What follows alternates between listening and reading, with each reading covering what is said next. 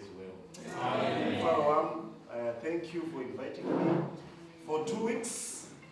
But for this evening, my topic is entitled The Genesis Debate. The Genesis what? Debate. So our only verse for this evening is from Genesis 1, verse 1. I think from us you do know that it says, in the beginning, God created the heavens and the earth. Right. Genesis story, there are a lot of controversies as we are nearing the end.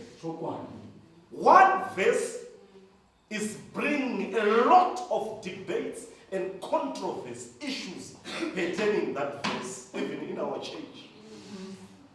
So, Chataura Bamsor, please, we invite you. We are going to have sensitive subjects. Very sensitive. That's what I'm go mangwana not starter. Tinematenga mangani chakudza ima planets kubva first heaven, second, third. That's one. Go and have a research on that one. So many theologians and even heathens, Vasinganamati, they are assuming the verse and its meaning. Meaning, Genesis 1 verse 1. So we have many theories that denies the existence of God.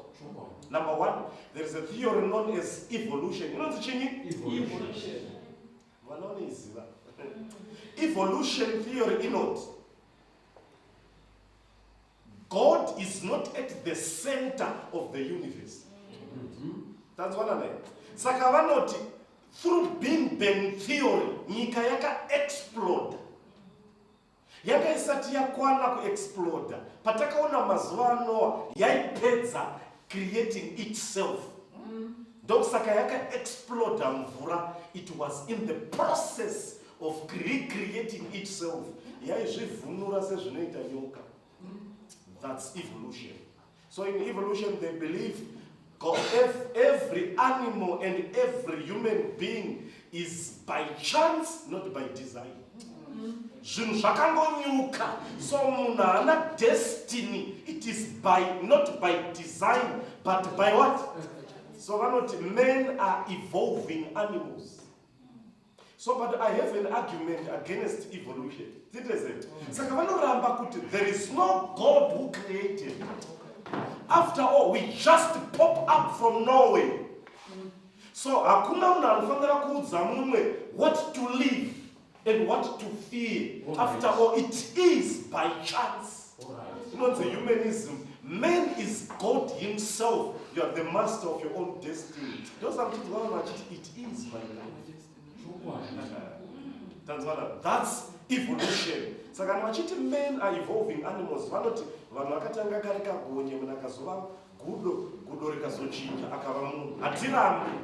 But why is still a gap between animals and human beings of today? If evolution is valid, why are now baboons by now should be driving? Because of evolution. But our scoop driver, why? They are still in their state. It shows evolution. It's just but a theory which wants to nullify the existence of God. So number one, you know the Chinese evolution. Number two, kuna theory, you know the deism. You know the Chinese? Deism, kuna maraka sika. But that God is weak. Asika. Floods, earthquakes, there was chaos within the universe. Sakamari, he retreated in the recesses of darkness into the corridors of eternity and lived this universe winding up with like a clock without the supervisor. Sakamari days, akasika wacho, he is weak to control the universe. So they blame God for accidents, for every confusion. They say our God who created us is weak. He's an absentee landlord. Landlord vakatamba vakatisa. Saka inonzi process theology. That God is learning what He has created. Saka inonzi days. So we have people who have challenges in this world. They question God. Why does God care? When I face challenges, someone has cancer, someone has issues in marriage. We have a God, but who is limited to solve these issues. But I need to assure you, my theories are kubuda mukati mevanhu inonzi deism. Yechitatu inonzi pantheism. Inonzi chini? Pantheism vanoti there is no God in heaven. A tree is your God. A rock is God. Sea is God. The sun is God. Saka vari kuti nature is God. Saka ukaona ndosaka mazitateguru edu aiti akaona akaenda pasi pemwacha vainamata. Vakaona dziva vaita sei? Vainamata. Ipfungwa yepantheism. But we need to critique this model. Pfungwa yekutonamata dziva nekutonamata dombo chero vakarasika iri kuvataurira kuti in their software as beings there is a software yekuti we are religious beings that are determined to worship. Chero vakanamata chifananidzo, that software yavatuma kunamata inoudza kuti kuna Mwari kuzoro kudei. Saka yaya yechitatu kune inonzi atheism. Inonzi chini? Atheism is now a religion even in Western Europe. It's growing faster. Many churches are being turned into beer halls. Why? So atheism, it denies the existence of God. Vanoti Mwari hakuna, it's just the creation of God in people's minds to create order. So vanoti the God of the Christians is dead, but his memorial of his graveyard is in churches. But hakuna, show me who have seen God. Realism. We need to touch empirical evidence from science so that we believe. Did you see God? So don't tell me there's no God. That's atheism. But I need to critique my atheist. My atheist kana vapa deathbed vakafirwa vanochema vachiti Mwari matisireiko. There is a space of God within human affairs. Vanoti Mwari matita sei izvozvo zvinovaudza kuti kudenga kuna. So these theories dzandinokunanika pachena, these theories are shaking the fabric and center of one of our fundamental pillars, that God exists. Saka ipfungwa dzinoramba. Saka kune inonzi theistic evolution. Inonzi chini? Yakasiyana ne-evolution. Theo means God. Evolution, it's a process, natural process that God is not at the center. Saka vari kuti alright, varume tazostada. God set the motion of creation.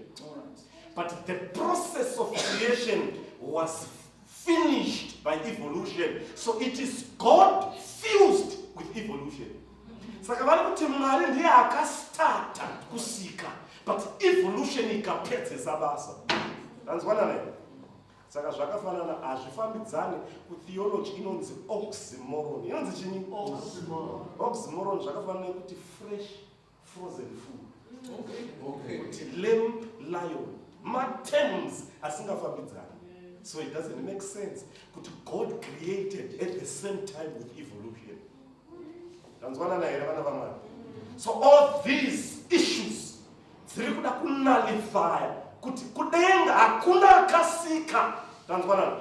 these theories, these are theories. Polytheism. Polytheism, there are many gods, and each god is powerful in his own territory. The sun is a god, he rules up in the air. The mountain is a god, he rules downward. The sea rules in his territory. That's polytheism.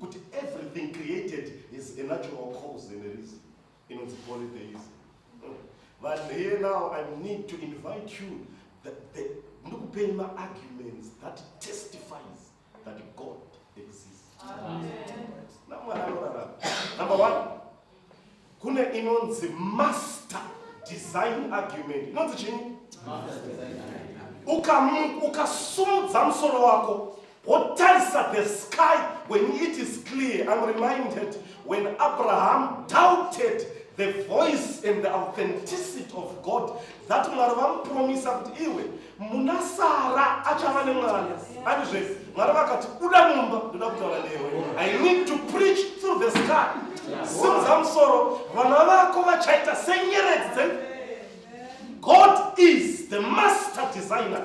He has set quality billions of stars above the universe.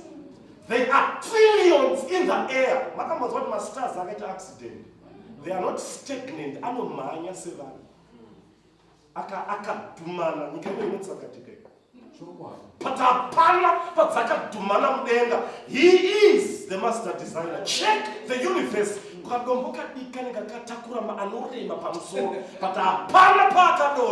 There is a master designer behind the design of vegetation and its colors. Even trees, they shed their leaves. It shows behind the vegetation and nature that it preaches and testifies there is a master designer behind the creation. Zvinokuudzai mukaenda paVic Falls mvura ichiyerera, even makungwa mukamatarisa mukaenda kuIndian Ocean pane panosangana mvura mbiri pakadzidhumana, dzinokwazisana maoko kukwazisana kuti hatigumani, takasiyana maproperties. It testifies there is a master design. Master design. Tsafungayo natotaura vanhu vakomana. Number 2, moral argument. Inonzi chini? Chero akatadza zvakadii, chero asinganamati, there is a software iri matiri inonzi freedom of choice image. It has a guilty clause in your space of your heart. Unozvingwa chiti kondaitei. Iyoyo inotaura kuti vakomana, we are accountable to a superior being which is above human beings. Saka inotestify. In the beginning, God created. Created yacho inonzi bara in Hebrew. Inotaura kuti X out nihilo, nothing. God created from nothing. Marava is something to create. Yes.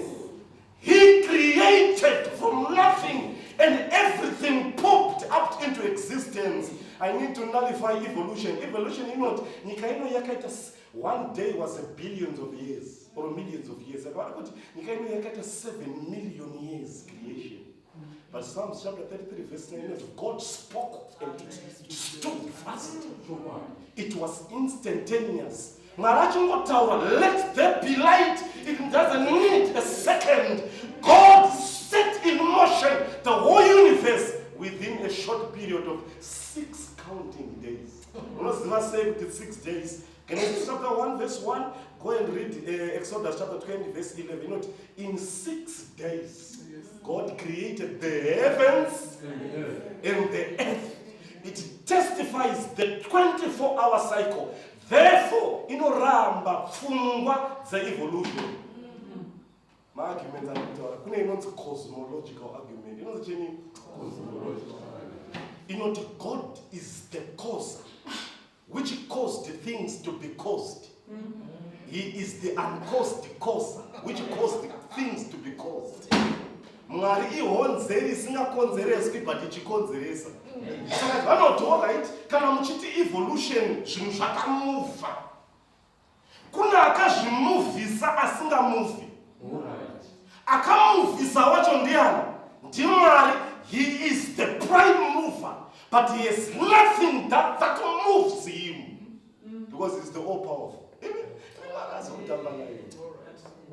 Saka tinotenda kuti kuna Mwari anomuvha zvinhu. That's why I said in Acts chapter 17 verse 28, when Paul stood between the learned theologians, anoti vakomana, the Epicureans and the Stoians, anoti kwavari vakomana, In him we move. I tend to if things moved, we have been moved through the power of God. That's one of the so yes, my arguments are and testify. Number 4, the historical argument. We see the power of God within history and human affairs. Daniel chapter 2, Mambo, we Babylon, Wakava, Koeme, the Persians, Kukaya, we Greece, Kukaya, we Rome, Tavakutsoka. God's divine calendar of final events testifies God is in control. Amen. United Nations. There is a power up in heaven that controls events and tells kings, those in power, from point A to point B, I'll give to someone. Point C to point D, but he's still in control. Quite another argument, testify about the existence of God, the military argument. The military argument. It's an introduction. That's a better symbol. Military argument, Isaiah chapter 6, verse 1. Isaiah aka nguva yari kuenda ku temple vamberi 46 cities zeJudah dzatorwa kwasara Jerusalem. Zvafana kuti Zimbabwe ana Kwekwe ana Rusape Mutare vese ana Beit Bridge vatorwa kwasara Harare. Ndopanomhanya kuenda mutemberi. Ende mambo wavaitrasta with his powerful afa Uzziah. Zvafa anobvapinda mutemberi anoti ndichopinda mutemberi gore rekuti Uzziah afa apa takakombwa. I saw one sitting upon the throne. Sitting means power. Sitting means in control. When Uzziah was dead, someone who doesn't die was still on the throne. And number 2, nguo yake yange yakazadza temberi. Saka magenerals zvaaita kana achienda kuhondo vaiti vakarwa hondo vakafunda mumwe general waimucheka gamendi raiuku kuri kumupendero wamucheka waitora gamendi rake uripfekera pane toti warwa ne200 magenerals uchivakunda hembe yako waifamba ichiita kunge inozadza pana ichiratidza maaccolades of victory. Vana vakakunda. Saka Isaiah kuti ndakatarira ndikaona nguo yaMwari yakazara haina kumbochekwa, which means he has never lost any case in the history of human affairs. He has never been defeated. He has never lost a case. That's the military argument. He is the king of kings. He rules the universe. And his original planets, he is in control. Ndege noda kudonha ona mukadzi ari kuleba ona vhiri rida kubvisika muna Roma Gund Road. He controls in a fraction of a second. I invite you to such a God who creates from nothing, who doesn't need oxygen to survive. Zvinonzi mukatarisa zvinonzi brain yako, brain frontal lobe yako inonzi in a space inoda 21 million books to be loaded. It surpasses all universities and libraries in book. Maona Reznedama is the master designer. Anonza akaturika oxygen mudenga, it's 21%. How many? Dai mwarakesa pa 25% yaiwandisa nyika ino yaibvira moto. Dai yakaita 15% vanhu vaisuffocate ne oxygen because inenge iri shoma. He is the master designer. Amen. He is in control of the universe. Your brain is beats more than 100 trillion beats. Dzakaiswa mauri. Arteries tsinga dzakasamura Mashona na Julius Nyerere dzinofambisa michovha yeropa nechikafu. There are more than million of arteries. Wakaitwa nemuto unotyisa unoshamisa. Haungatrust here Mwari akadai. Tauda kutona mari. Trust God. I don't know your case. God still rules. Kunyarara Mwari anenge asina kunyarara inonzi active silence of God. He might be silent yet active in the corridors. He is too powerful. Saka Moses achida kunyora Bible anoti vakomana I have effect. In the beginning, God created bara from nothing. No, remember you need matter. He created from zero, from no evidence to bring something. Saka munyoro wandinoda anovati David anovati Mwari sikai moyo mutsva mandiri aireve akati Mwari isai simba recreation moisa nesimba remuchinjikwa redemption mukati memoyo. Munyoro wandinoda simba rakashandiswa kununura munhu pamuchinjikwa rinopfuura simba rakateya nyika inoyi. The power set to redeem men supersedes the power that builds stars and the planets in the air. Ishoma pane Mwari kuturika mumwoyo kuti hati transplant yechitema. Ndakudire zvakanaka ngatisunge tiwane kureku namo. Sina materi. Baba vedu vari kumusoro kudenga tokutendai. Pakutanga Mwari makanga muripo. Nyika ino ichita birthday ima murarame munguva munorarama outside time. You have no tomorrow. Hamuna chinonzi mangwana because future is you, is exist in you. You see what comes billions of years to come. You are never taken by accident. You are still in control of the universe. Sangana nemwani mvunzo pano. Weda damdziko rake rakadi ngature pamuri nekutenda. Tite zvakanaka patakuparadzana tanamata naJesu. Amen. Amen. So when we mangwana unote God at risk. Unoti chini? God at risk. Mchodzi yamari yacheta mangwana. Amen.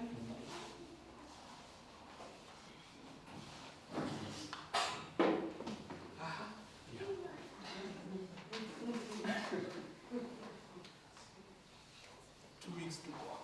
Yeah. We are just getting warmed up.